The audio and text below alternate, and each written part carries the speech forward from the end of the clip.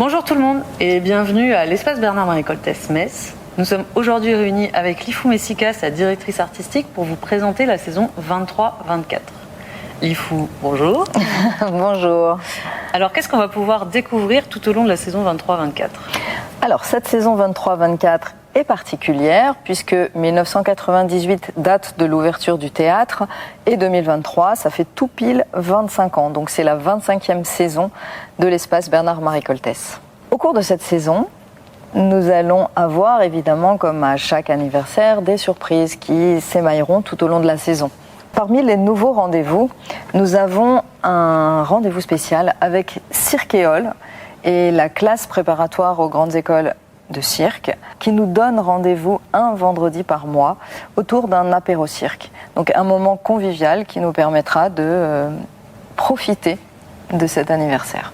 La saison dernière, le fil rouge, c'était la thématique de la violence. Est-ce que cette année, on va retrouver un nouveau fil rouge, des thématiques qu'on connaît, des questionnements ? Alors oui, on a toujours nos 3 thématiques qui sont un peu nos thématiques fétiches puisqu'elles nous permettent d'explorer l'univers, le monde, la société. Donc c'est la société en mots MAUX, le corps dans tous ses états et étranger, entre guillemets. Toutefois, cette saison, j'ai le sentiment que on passera davantage, on choisit, c'est vraiment ce terme, la joie pour dépasser la violence, pour essayer de lui donner moins d'importance. La saison dernière, on l'a explorée, on l'a scrutée pour essayer de la comprendre et surtout pour ne pas la nier. Eh bien, cette année, j'ai l'impression que les artistes, puisque finalement ce fil rouge se tisse un peu par lui-même au fil des découvertes des spectacles, eh bien, ce fil rouge, en fait, me semble être davantage joyeux, optimiste, et finalement se recentre autour de la quête de soi, de la quête d'identité, et puis de la notion de liberté qui est très forte aussi dans tous les spectacles qu'on pourra découvrir. J'ai l'impression que sur cette saison, il y a également beaucoup d'artistes femmes qui parlent des femmes aussi. C'est aussi une thématique qu'on retrouve. Alors oui, à l'intérieur de notre thématique société en mots, on a largement donné la parole aux femmes, qu'elles soient autrices, metteuses en scène, sujets des spectacles. On a également des spectacles familiaux où, à ce moment-là, on emmène ses parents au théâtre à partir de 9 ou 10 ans. 14 spectacles à découvrir et qui de mieux que les artistes pour parler de leur création. On a demandé aux metteurs en scène de nous parler des spectacles. On leur laisse la parole tout de suite et on se retrouve juste après pour parler des rendez-vous et des temps forts.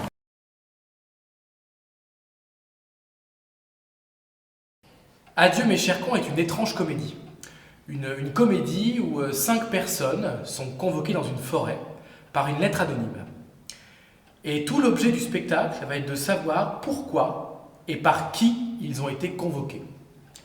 Et ils comprennent rapidement qu'ils sont liés à une affaire, à un fait divers assez connu, qui ne sera jamais cité dans le spectacle. Donc c'est aussi un jeu qu'on installe avec le spectateur et la spectatrice pour pouvoir aussi enquêter dans la salle, pour comprendre de quelle affaire on parle.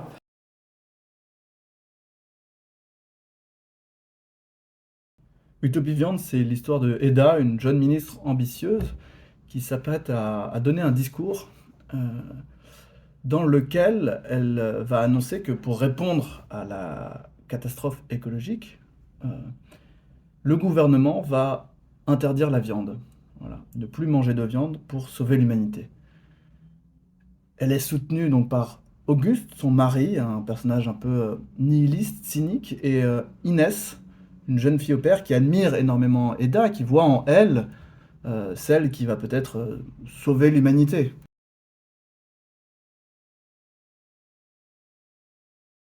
La pièce raconte l'histoire de Claire, une jeune femme de 22 ans qui souffre d'un trouble du spectre autistique, accompagnée d'une légère déficience mentale. Et elle a un intérêt spécifique, une obsession qui est devenir chanteuse et participer à une émission de télé-réalité qui s'appelle To Be a Star. Mais un jour, son voisin rentre chez elle contre son gré et essaye de la prendre dans ses bras. Elle n'a pas du tout envie. Et elle a très peur, très mal, elle dit qu'elle a l'impression de mourir à l'intérieur. Alors elle prend un gros cendrier en marbre et elle lui fracasse le crâne. La pièce va commencer le premier jour de son internement en hôpital psychiatrique, dans l'attente de son procès. Là où tous les autres personnages vont essayer de comprendre ce qui s'est passé, de savoir si elle est victime ou coupable, si elle est responsable pénalement ou si elle était en légitime défense. Claire, elle, ne va penser qu'à son émission et qu'à son passage sur le plateau télé.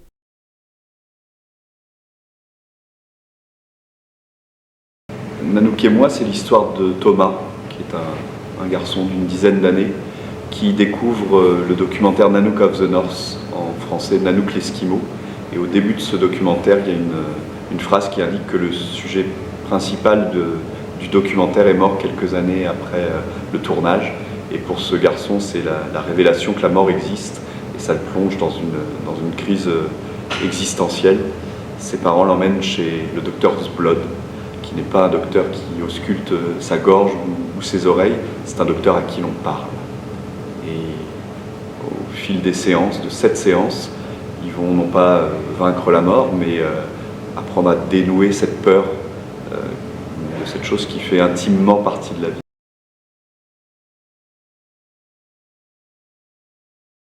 L'année 2023 se termine avec Nanook et moi, et on démarre l'année 2024 avec le spectacle Tom Nafazenda, dont on tenait à vous parler, Nifou.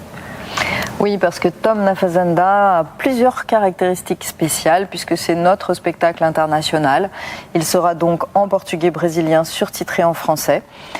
C'est aussi le coup de cœur Avignon de l'équipe, donc vraiment c'est le spectacle qui a fait l'unanimité, d'un texte magnifique de Michel-Marc Bouchard, qui a déjà vu son adaptation cinématographique réalisée par Xavier Dolan, donc peut-être vous l'avez déjà vu, et portée par Rodrigo Portela. Donc c'est l'histoire de Tom qui se rend aux funérailles de son compagnon décédé et va rencontrer pour la première fois la famille de ce dernier, qui finalement ignore tout de sa relation et de son existence. Donc c'est un texte vraiment très fort, une interprétation très physique, très corporelle, qui nous embarque vraiment dans tout ce qui est sous-tendu par cette histoire, à savoir les silences familiaux, tout ce qu'on essaie de cacher, donc les non-dits. Ne ratez pas cette pièce avec ces interprètes totalement incroyables.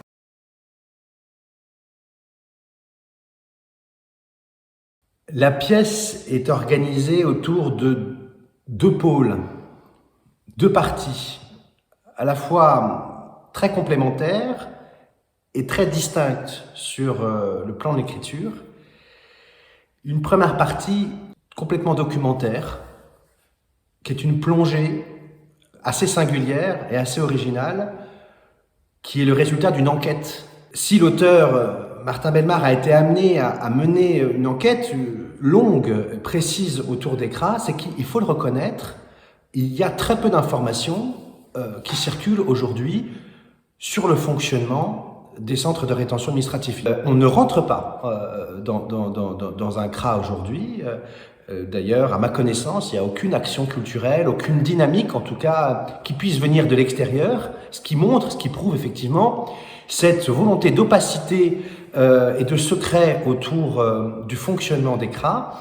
Et c'est cette opacité qui a mené l'auteur Martin Bellemare à mener une enquête. Et donc, il a mené son enquête à partir de témoignages qu'il a pu faire de gens qui travaillaient dans les CRA. La première partie de la pièce, c'est quelque part le résultat un petit peu de cette enquête théâtralisée. Et la deuxième partie de la pièce, elle, c'est à partir de ces éléments qui sont donnés, c'est une autre plongée. C'est une plongée où l'auteur quelque part s'autorise à faire venir la fiction, et il nous propose 2 personnages, un premier qui s'appelle Karim, qui est le personnage un peu central de la pièce, un deuxième Tina, qui en fait Tina travaille à l'intérieur d'un CRA, et à travers ce personnage de Karim, qui a cette faculté assez extraordinaire parce qu'il est apatride. Alors c'est toute cette question finalement qui traverse la pièce, c'est la question de l'appartenance à une identité, à un pays, et le cas de la situation de quelqu'un qui est apatride et qui quelque part s'en sert. Et à travers la relation que nous, Tina et Karim, l'apatride, eh bien beaucoup de choses. Quelque chose comme une histoire d'amour, même si on n'en est pas tout à fait sûr, mais aussi une très très belle réflexion autour de la question de l'identité et de la liberté.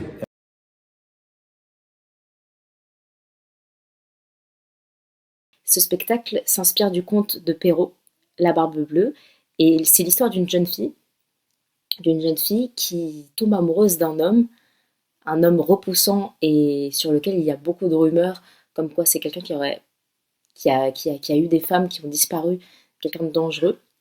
Mais malgré tout, elle va tomber amoureuse de lui, elle va l'épouser, et au bout d'un mois de mariage, Barbe Bleue va lui donner toutes les clés de la maison. Il va lui dire qu'elle peut faire absolument tout ce qu'elle veut, mais il va lui interdire l'accès à une pièce en lui donnant la clé de cette pièce. Et elle va tomber dans l'obsession d'ouvrir cette pièce, et quand elle va pousser par la curiosité et quand elle va finir par ouvrir la pièce, elle va découvrir toutes les femmes que Barbe Bleue a épousées avant elle et qu'il a assassinées. Avec 5 comédiennes, en fait, on a saisi toutes ces questions qui partaient du conte pour créer les vies possibles de plusieurs femmes de Barbe Bleue. Et sur notre plateau, en fait, on rejoue, c'est comme si les âmes de ces femmes s'ouvraient à nous racontaient leur vie et essayaient de rejouer les unes avec les autres, les unes pour les autres, certaines scènes de leur vie, pour voir à quels endroits elles auraient pu peut-être s'opposer, peut-être trouver des solutions ou des puissances ou des forces qui auraient pu leur permettre de ne pas finir dans le petit cabinet de Barbe Bleue.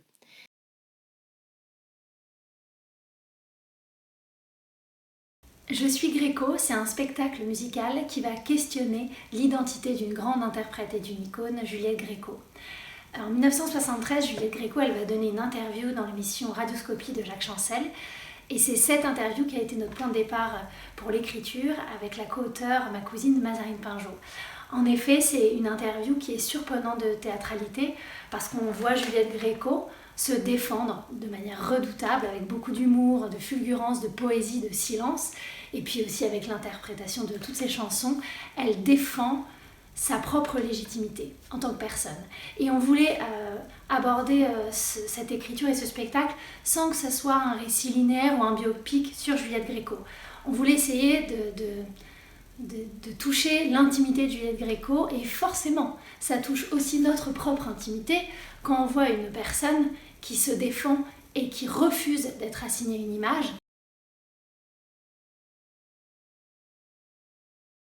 Alors Jeanne, à la base, c'est un texte que j'ai écrit, que j'ai achevé en 2021 et qui a été édité aux éditions Quartet. Jeanne, en fait, c'est un élément le plus anonyme qui soit de notre société. C'est une femme d'une 40aine d'années avec 2 enfants, une situation professionnelle, un compagnon ou mari. Et puis un beau jour, elle ne peut plus rentrer chez elle.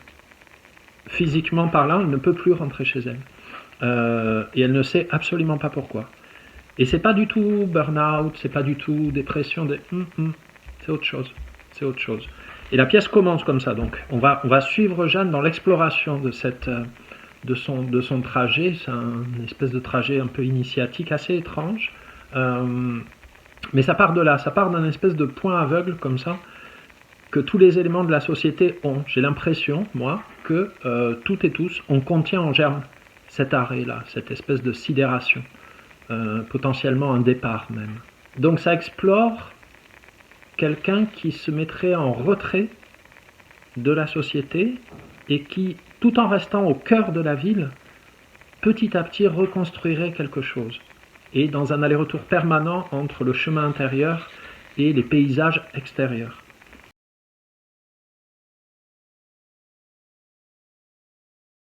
C'est l'histoire d'une course folle, en pleine nuit, au bord de la mer, dans le vent. La famille Kilvik cherche de manière désespérée leur fille Liv, 15 ans, qui a disparu.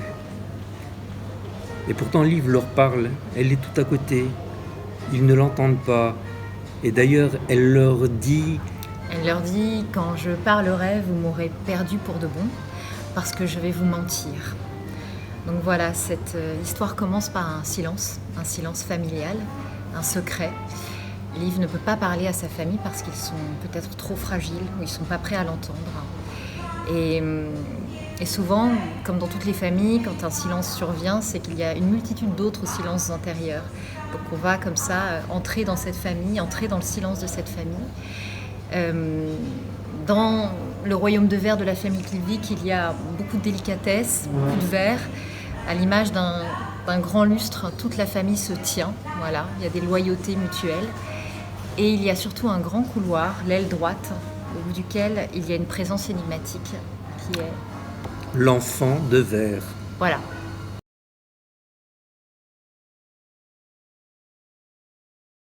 Alors la tristesse de l'éléphant, c'est d'abord un coup de cœur pour cet objet, cette bande dessinée.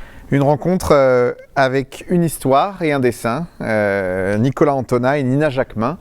Un vrai coup de cœur. Comment rendre hommage à cette matière, comment être au plus près de ce que j'ai pu ressentir en lisant cet album et comment pouvoir le transmettre au public.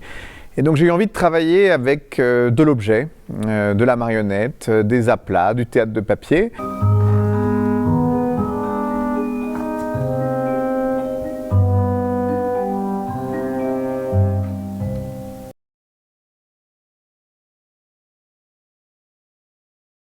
Alors, Pourquoi faire ? C'est une pièce de Marilyn Mattei et c'est une dystopie. Une heure a disparu de tous les cadrans.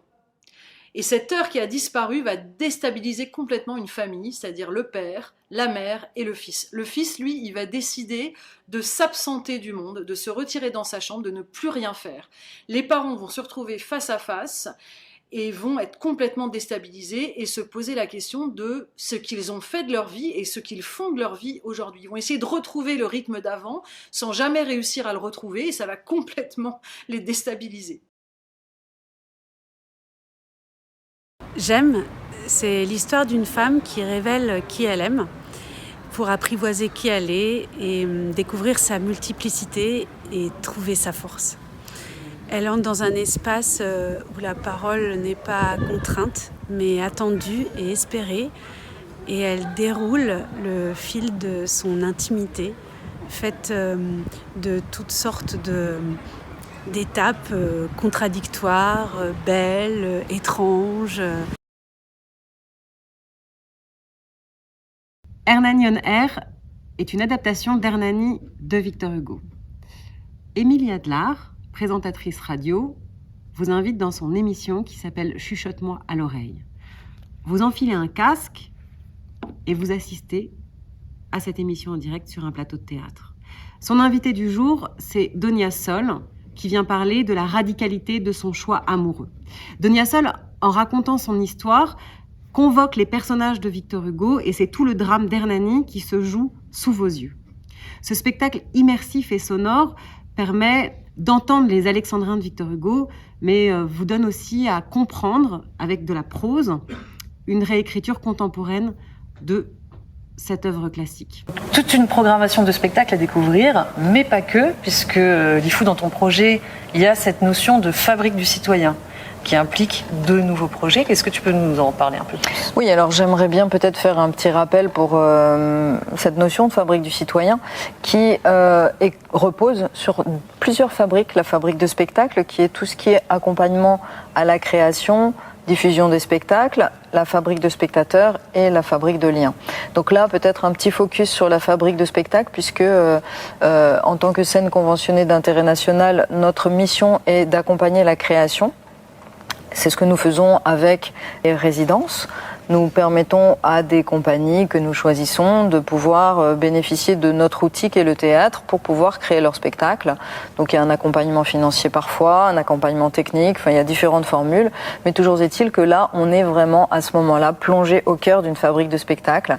On assiste à des répétitions ouvertes, il y a des sorties de résidence qui permettent de découvrir les différentes étapes de travail pour arriver à faire un spectacle magique à la fin. On a plusieurs modules aussi qui contribuent encore plus à la fabrication de spectacles et en particulier d'écriture contemporaine. Le concours d'écriture, le prix Coltès, Prolonger le geste qui est en association avec la Quai Est, Biennale Coltès, et qui aura lieu cette année puisque c'est une biennale. On est en 2023, le précédent c'était en 2021 et nous attendons avec impatience les résultats du jury qui seront annoncés le 4 octobre et en novembre, lors de la biennale, nous pourrons voir la production finalisée du prix Coltès 2021.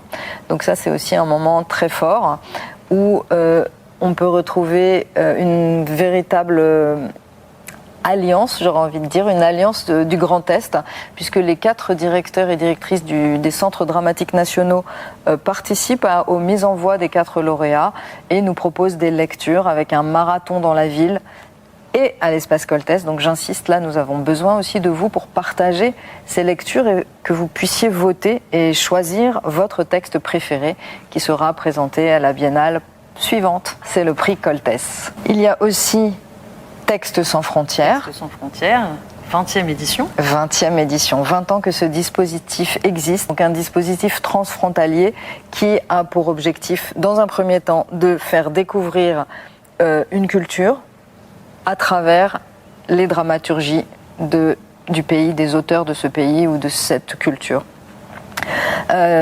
Pour cette 20e édition, nous avons choisi l'Afrique, donc différents partenaires évidemment qui se réunissent et qui choisissent en fait 4 textes, qui choisissent une distribution et des metteurs en scène, tout ça parce que personne ne sait quel texte il va mettre en scène ou quel rôle il va interpréter. Ils le découvrent en général le premier jour de la semaine de répétition et pendant toute une semaine, ils vont se mettre à fond dans ces écritures-là. Ensuite, des restitutions qui vont tourner dans la région. Voilà, ça c'est Textes sans frontières. Et un nouveau rendez-vous qui est apparu l'année dernière, et là c'est la 2e édition, c'est les chantiers d'automne. Alors, les chantiers d'automne aussi, c'est une très jolie collaboration entre la Mousson d'été et le Nest à Thionville. Et nous nous sommes associés puisque nous avons plus ou moins le même objet de porter ces écritures contemporaines à la scène. Donc nous nous sommes réunis pour faire évoluer les projets. Donc il y a la première étape, par exemple le prix Coltès ou la Mousson d'été ou encore le dispositif d'auteur en résidence au Nest qui permettent de découvrir des écritures. Ensuite, l'étape suivante, c'est vraiment de les accompagner vers une réalisation, vers une production. Donc selon l'étape de où en est le projet, on essaie d'aller à l'étape supérieure. Et enfin, dans le cadre d'un dispositif résidence triennale de la région Grand Est, nous avons une compagnie associée qui est la compagnie Ultima Necat pour la 3e année. Et là aussi se trouve une fabrique de spectacles à l'intérieur encore, avec une production en cours qui va se concocter tout au long de la saison avec évidemment des rendez-vous pour vous présenter les étapes de travail. Gaël Leveugle, metteur en scène et directeur de la compagnie Ultima Necat, va vous parler des différents rendez-vous qu'on pourra retrouver tout au long de la saison en sa compagnie. Bonjour, je m'appelle Gaël Leveugle, je suis metteur en scène, directeur de la compagnie Ultima Necat et artiste associé pour la 3e saison consécutive à l'espace Bernard-Marie Coltès. Cette année, nous allons travailler sur un programme de recherche pour développer de nouvelles écritures théâtrales. Nous allons créer 3 petites formes poétiques, comme nous l'avons fait les 2 années précédentes, des ivresses poétiques, où nous allons travailler sur Walt Whitman et Emily Dickinson, et un 3e poète ou poétesse surprise. Nous allons continuer nos actions culturelles en animant le groupe autonome de spectateurs associé avec le Centre local de santé mentale de Metz. Nous allons voir des spectacles et rédiger des petits bulletins critiques. Et puis, nous animerons en fin d'année une formation à l'usage des professionnels qui s'appellera « Comment perdre son corps » où c'est moi qui aurai l'honneur de diriger ce stage. Merci d'être resté avec nous pour cette vidéo de présentation de saison. Pour ceux qui ont envie de nous retrouver pour une présentation dans nos murs, on se retrouve donc le 4 octobre à 18h à l'espace Coltès. En attendant, on vous souhaite un très bel été. Sachez que la billetterie en ligne est ouverte tout au long de l'été. Vous pouvez déjà acheter vos places à partir du 30 juin. Et on espère vous retrouver très nombreux dès la saison prochaine. À bientôt. À bientôt.